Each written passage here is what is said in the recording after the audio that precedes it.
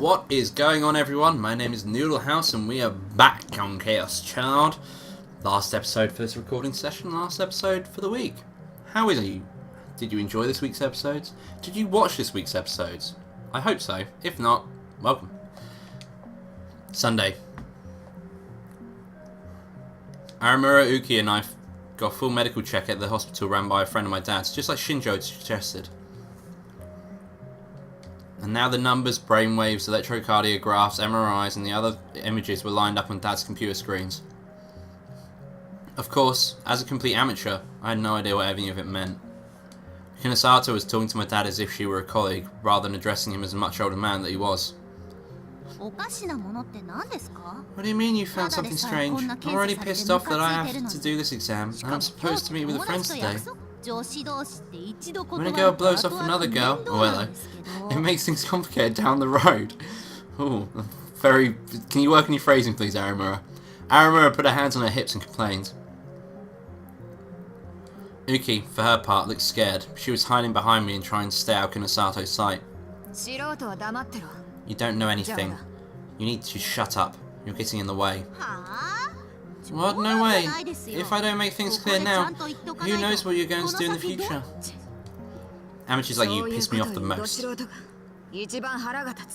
Aramura, Kunosato, don't ever get tired of fighting all day. Shinjo sighed, like he always did. Aramura's eyes narrowed as she glared at Kunosato, who just laughed. So, Dr. Sakuma, what did you find? If you find something, tell me as fast as you can. I want to go shopping after this. Sure, I will. First, as for why Yuki stopped growing, we won't know for a while. It will take time to get results back for a chromosomal and hormone tests. And as for you two, you're in fine health. No issues about any of your internal organs. But Takuru is showing clear signs of eating an unbalanced diet. Certain nutrients are very clearly missing. I'll make this very clear to Nono. And you, Aramura, need to go back on the sweets and fatty foods, no junk food. You're on a straight path towards obesity right now. Enough about their bodies. What about their brains?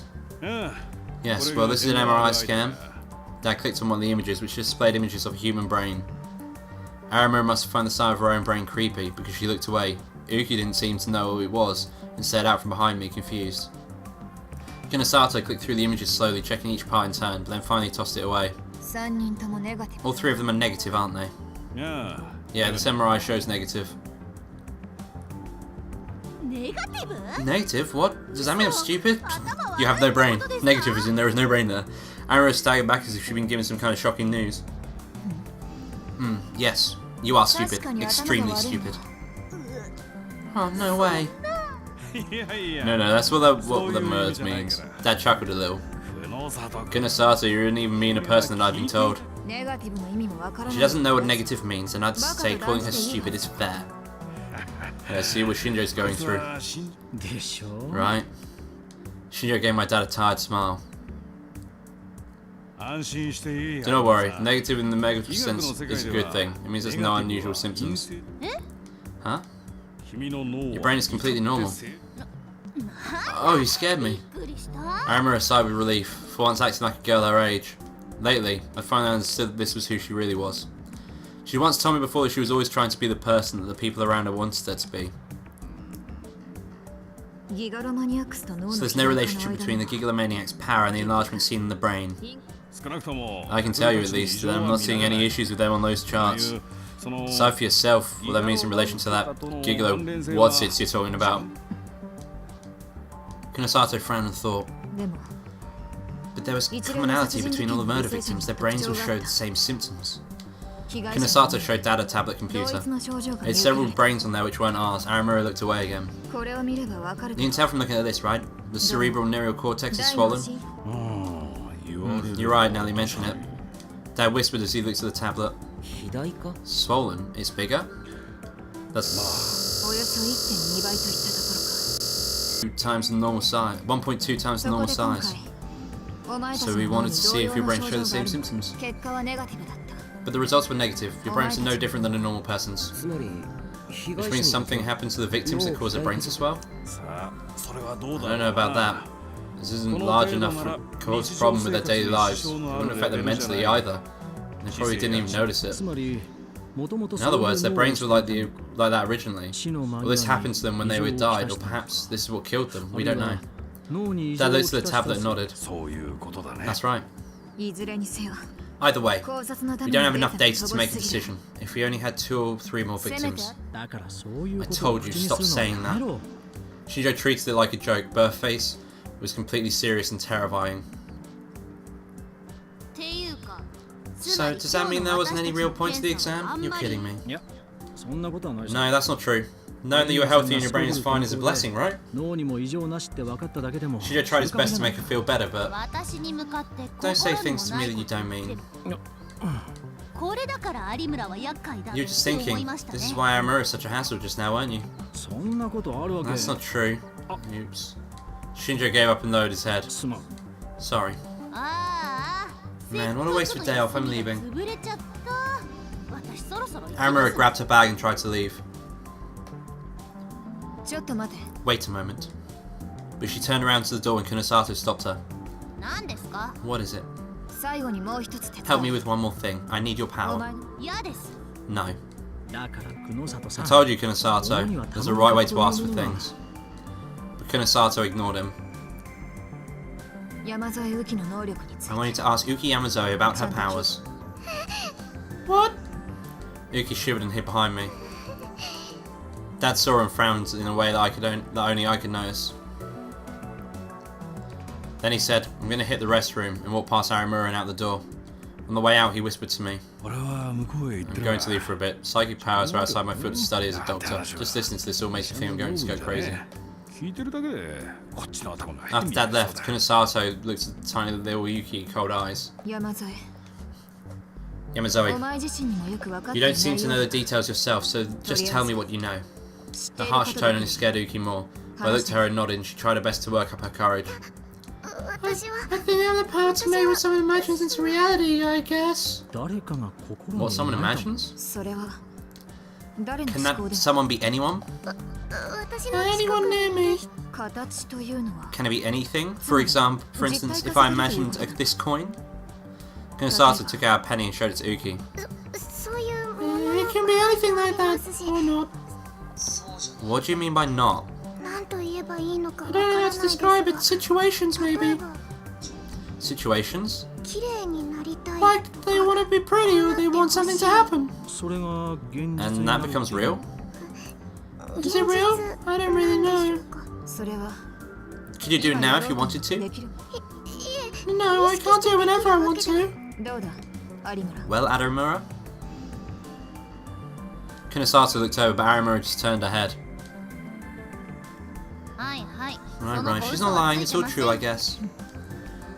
So she subconsciously real boots the wishes and thoughts of other people. I see, that explains how she disappeared from Frisia. What Mose was thinking about got real booted. So her power could only real boot other people's thoughts and wishes, not her own. It was like her own life. She had no hopes of her own, and only lived her life for the sake of others in a way.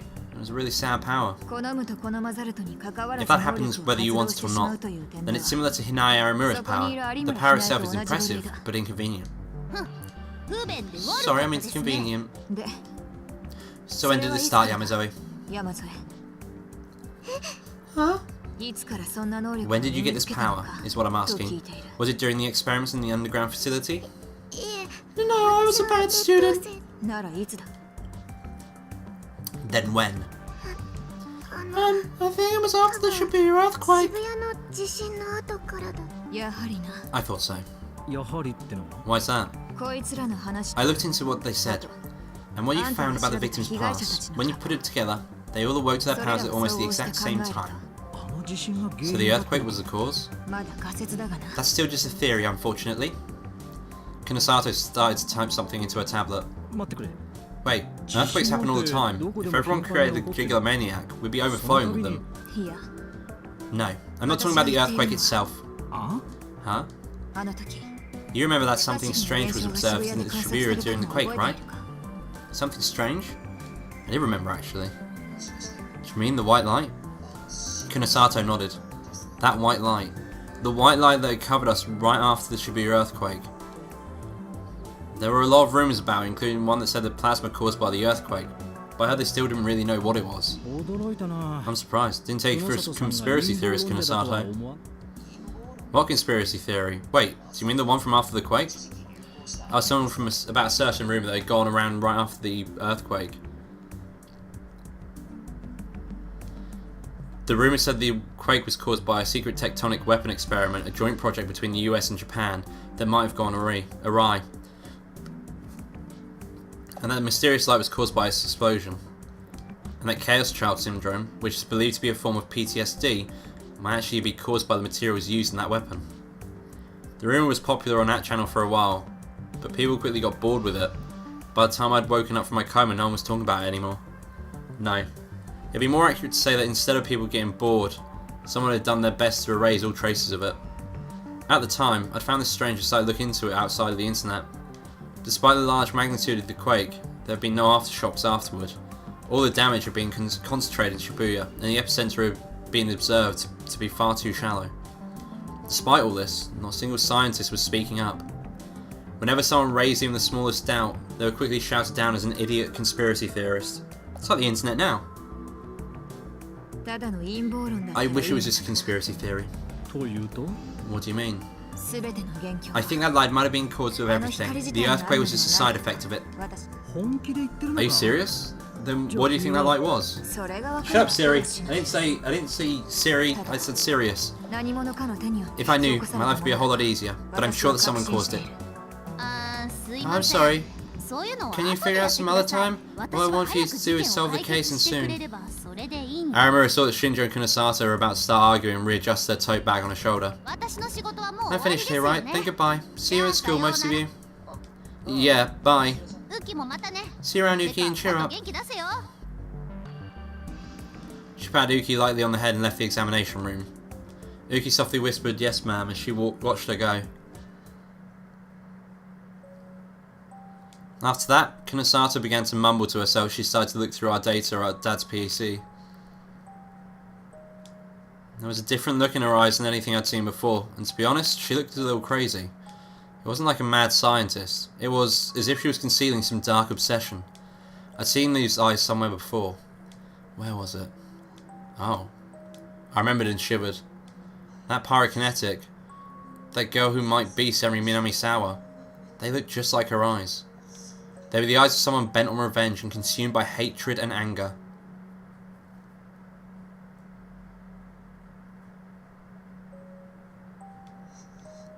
The Shibuya earthquake and the strange light, and the relationship they had with our powers. I rolled around in my bed thinking about everything that had happened. Then I thought back to the crazy look in Kunosato's eyes. She looked just like the pyrokinetic. Revenge, huh?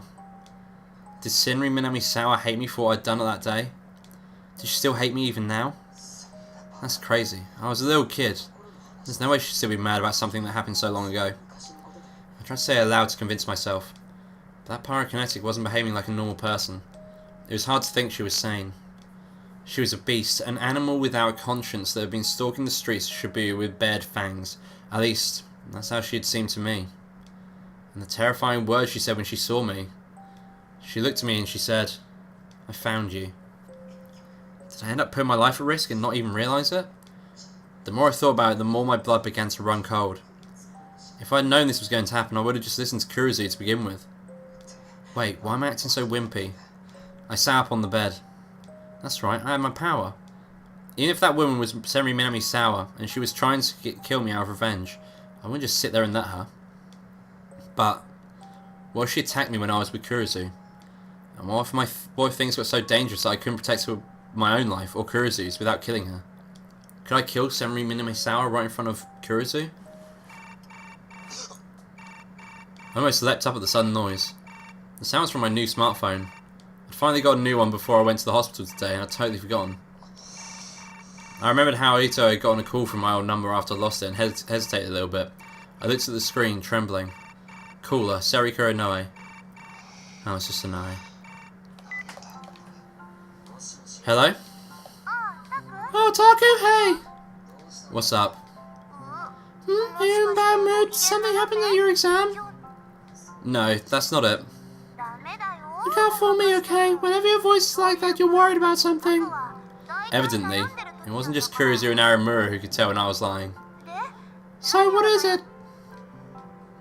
I wasn't sure if I should tell her, but it was Serika I was talking to after all. I told her everything I've been thinking about. A white light? I was with you then, wasn't I? Do you remember anything? Well, I was out cold, so I didn't see it. Remember, you carried me to the hospital? Oh, that's right. I still remember how Serika felt when I carried her on my back. Until then, I hadn't really treated her differently than any other boy. But at some point, she started to grow into a woman. When I carried her on my back, I was surprised. That was what a girl felt like. What? Sorry about making you do that, thanks. Why bring that up now? You know we're friends. It's nice to have an old friend, isn't it? Serika sounded happy, but the tone of her voice quickly dropped. Oh, but that girl who's Nun's old friend is causing you a lot of problems right now, isn't she? You be careful too. I wasn't the only one who saw Senri Minamisawa down there. I'll be fine. I'm sure you'll protect me. Huh? You're not planning on protecting me? No, it's not that. Just... I fell silent, but I could tell that Serika was nodding to herself on the other side of the phone. Oh, I see. So that's why you're not sure what to do. And then, even though I hadn't said anything, she seemed to realise my problem. Could I kill someone if it meant saving someone? But you know, Taku? I think that even if it were her best friend, none would kill him without a second's thought if she had to do it to protect you. Oh. Of course, I would too. I'd do everything for you. I don't think I'd lose everyone. Ever. Anoe. What about you, Taku? Maybe she was right. Kurizu would probably kill her friend if there was the only way to protect us. But I can't let Kurizu do that. If that woman really was Senri Minamisawa, it wasn't Kurizu who needed to do it. It was me, right? That's right. That was the only way to overcome my past trauma too.